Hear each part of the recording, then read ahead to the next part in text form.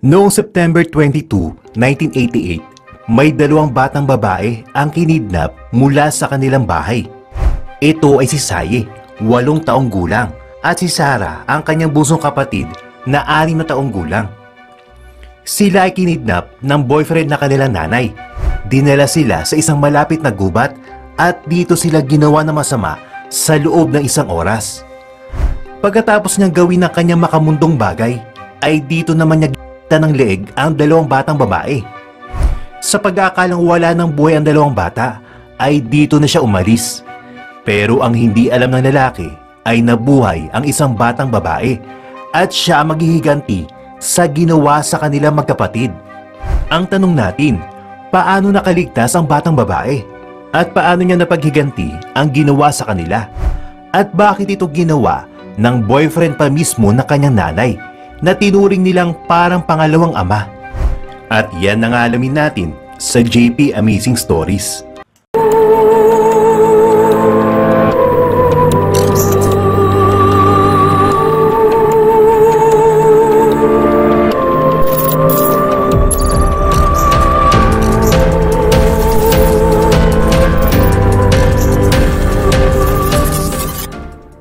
Siya nga pala, kung gusto nyo mag-trade ng Forex or ng cryptocurrency, merong demo account ang xmforex.com. Pwede nyo pag-aralan kung paano mag-trade ng Forex, ng crypto at ng stocks. Libre lang ang pag-register dito. I-click nyo lang ang link sa description box ng videong ito. Huwag kalimutan, xmforex.com. Balik ulit tayo sa kwentuhan natin. Napakaraming relasyon sa buong mundo ang hindi nagtatagal dahil sa napakaraming rason. Ang rason ng iba ay dahil sa pangloloko, pananakit o hindi talaga magkasundo kaya umaabot sa hiwalayan. Ganito ang nangyari sa magulang na magkapatid na Saye at Sarah Rivasfar. Naghiwalay ang mga magulang nila at pagkatapos ng divorce ay napunta ang dalawa sa kanilang ina na si Patricia Pavord. Si Patricia ang nakakuha ng full custody ng dalawang batang babae at ng kanilang kapatid na lalaki na si Arash. Natuloy ang kanilang divorce noong 1986 at ang mga bata ay binibisita lamang ng kanilang ama sa Florida, kung saan nakatira ang kanilang nanay na si Patricia. Siguro, ang tinignan ng korte ay mas magiging maayos ang kahinatnan ng mga bata kasama ang nanay ng mga ito dahil nga napakabata pa nila.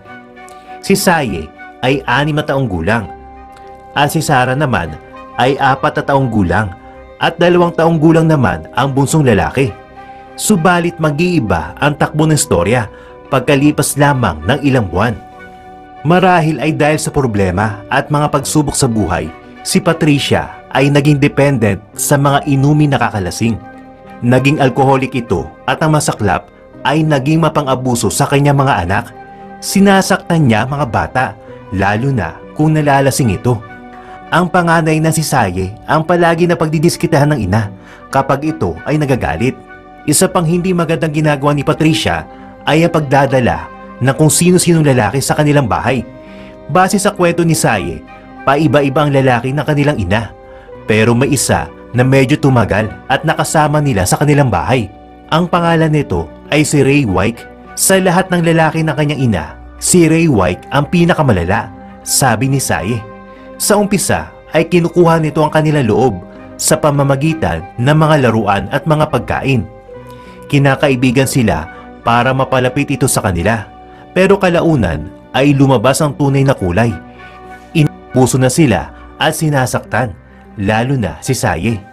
Sa mura nitong edad, tangan ni White ang kamusmusan ng bata, pero hindi nagsalita si Saye dahil sa takot na masali ang kanyang mga kapatid. Tiniis niya ang lahat, dala na rin ng sobrang takot. Ang gusto niya lang ay ilayo ang kanyang mga kapatid sa kapahamakan na sobra pa sa dinadanas nila sa kamay ng kanilang ina. Nang dumaan ang halos 1 taon, hiniwalayan ni Patricia si Ray White at nakahanap ito ng ibang lalaki. Nawala ang problema ni Saye kahit na ba nagpatuloy ang pagiging bayolente ng ina. Nakit pa rin ito sa kanilang magkakapatid. Noong September 22, 1988, lumabas ng bahay si Patricia para pumunta ng bar. Iniwan niya ang kanyang mga anak kasama ang kanyang bagong lalaki na wala rin pakialam sa mga bata. Bago matulog ng gabing yun, hinanda na ni Saye ang kanya mga kapatid. Nakasanayan na nilang dalawa ni Sarah na magbihis ng damit na isusuot sa eskwelahan kinabukasan para hindi na magmadali kung tanghali na sila magising. Kaya natulog silang naka-uniform na. Natutulog na mahimbing ang mga bata nang magising si Saye. Nakarga siya na isang tao papalabas sa kanilang bahay. Nang tingnan niya ang mukha nito, natakot siya dahil ito ay si Ray White. Siya ang may bitbit sa kanya papunta sa kotse nito. Inilagay siya nito sa front seat at pagkatapos ay bumalik sa bahay nila. Paglabas nito ulit ay karga naman nito ang kanyang kapatid na si Sarah. Kinabahan si Saye, subalit alam niyang wala siyang magagawa. Tinanong niya si Ray White kung saan sila pupunta at ang sinagot nito ay pupuntahan daw nila ang nanay niya. Tumahimik lang ang dalawang bata. Makalipas ng halos 20 minutos na pagdadrive ay lumiko ang kotse sa isang gubat. Kinabahan na talaga si Saye at alam niya na hindi sila pupunta sa nanay niya at may magaganap na hindi maganda. Ang mas ikinakatakot niya ay ang pwedeng mangyari sa kapatid niyang si Sarah. Nang itinigil ni Ray White ang sasakyan, ay tinanong niya si Saye, "May pinagsabihan ka ba sa sekreto natin?" Ang ibig nitong sabihin ay ang kanyang ginagawang kababayan sa bata. Binalaan niya si Saye na huwag magsusumbong kahit kanino, kung hindi ay patayin niya ang buong pamilya nito. Sumagot naman ang katotohanan ng bata na wala ito pinagsabihan na mukhang ikinatuwa naman ni Ray White. Lumabas ito na kotse at may kinuha sa likod. Pagkatapos ay pinuntahan ang kapatid niya si Sarah at itinali ang kamay at paa nito.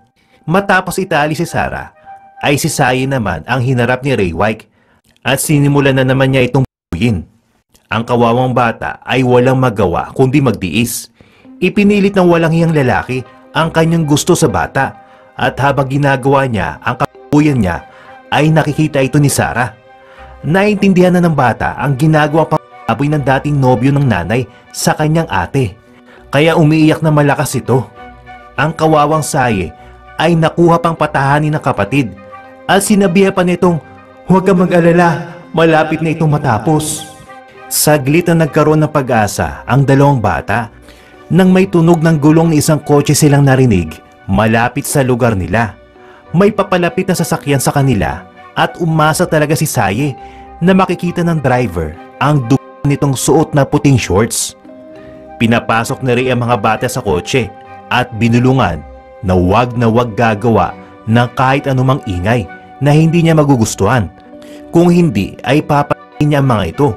Sumunod naman ang dalawa at umasa na lang na may milagro mangyayari.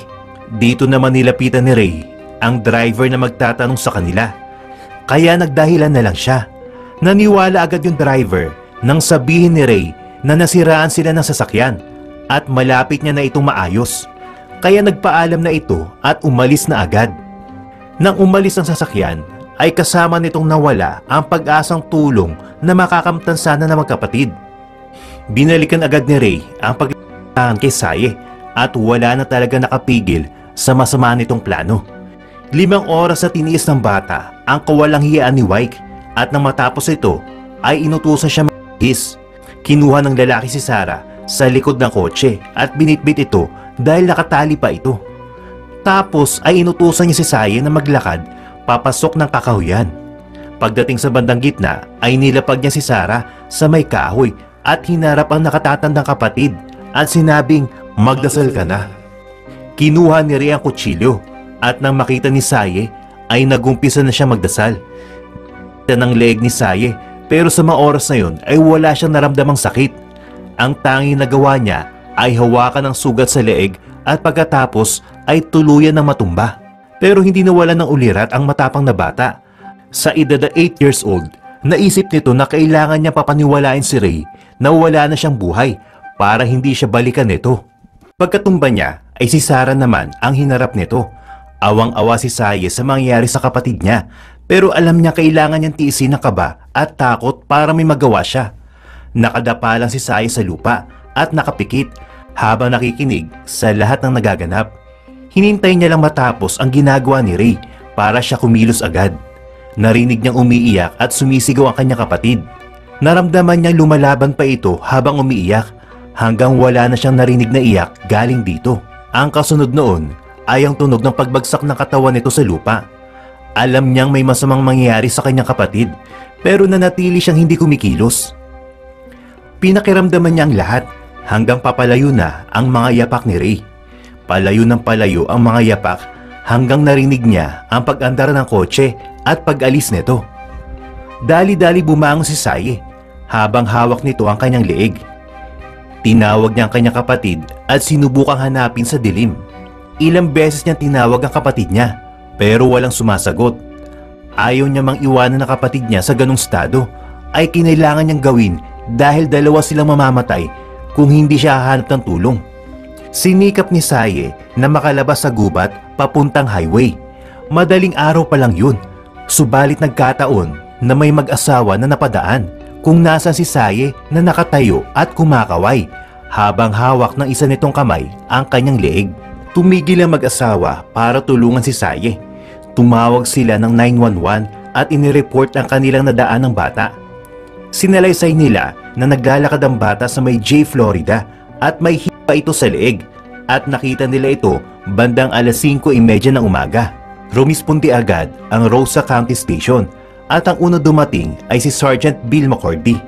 Kasunod ang medical team.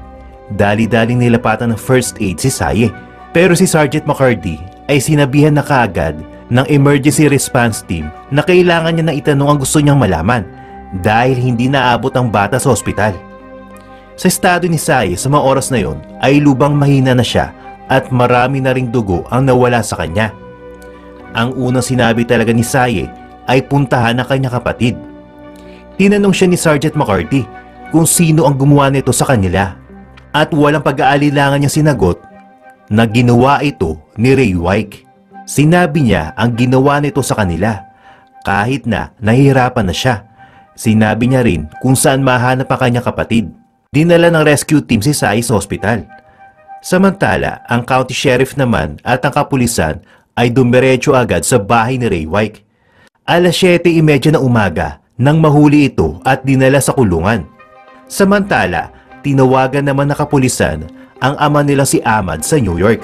Natanggap nito ang pinaka nakakagimbal na balita sa buhay niya. Bumiyahe kaagad siya papuntang Florida para sa kanyang mga anak. Kailangan niyang harapin ang katotohanan ng 6 na taong gulang niyang anak na si Sarah ay wala na. Si Saye naman ay napakatatag na bata. Nalampasan niya ang panganib at matapang na hinarap si Ray Wyke sa korte. Sa kabila ng kanyang murang edad ay nakuha ni Saye na harapin ang walang pusong lalaking puso sa kanila magkapatid. Hindi pinatagal ang kaso at hinatulan si Ray Wyke ng guilty sa lahat ng kasong isinampa sa kanya.